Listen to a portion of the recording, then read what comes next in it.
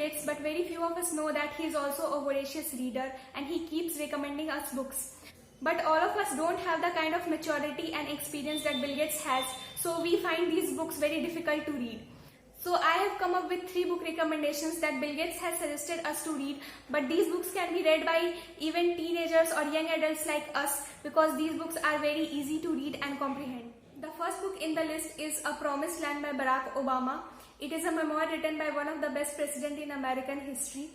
Obama shares his political journey from the very beginning till the event of death of Osama bin Laden in 2011.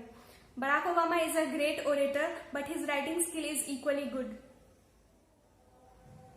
The next book is An American Marriage by Tyree Jones. This novel has won 2019 Women's Prize for Fiction. The story is about a newly married African American couple, Celestial and Roy. Everything was going good in their life, but one day Roy gets convicted for a crime which he has not committed. He gets imprisoned for 12 years, and in these 12 years, everything changes between Celestial and Roy. The book has been published in 2018, but the kind of prejudice that you see against black people in America is very similar to what you would see in one of the earliest books of American literature like Huckleberry Finn. The next book is Under a White Sky by Elizabeth Cuthbert. She has mainly emphasized upon the fact that when you try to fix a problem using technology that has arisen due to technology itself, it further aggravates some another problem and then you need to fix that too.